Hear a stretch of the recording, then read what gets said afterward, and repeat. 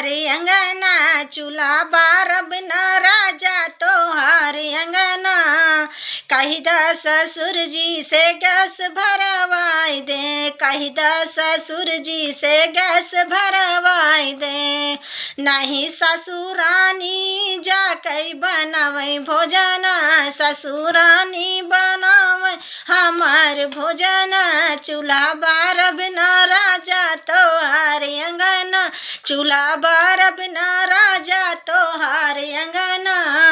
कही दा जेठ जी से गैस भरवाई दे, कही दा जेठ जी से गैस भरवाई दे। नाही जेठनी रानी बनावई भोजन, नाही जेठनी रानी बनावई भोजन। चूल्हा बारब न राजा तोहार अंगना, चूल्हा बारब न राजा तोहार अंगना।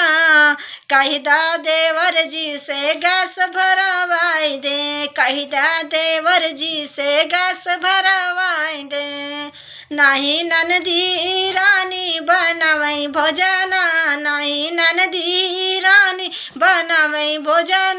चूल्हा बारब न राजा तोहार अंगना, चूल्हा बारब न राजा तोहार अंगना।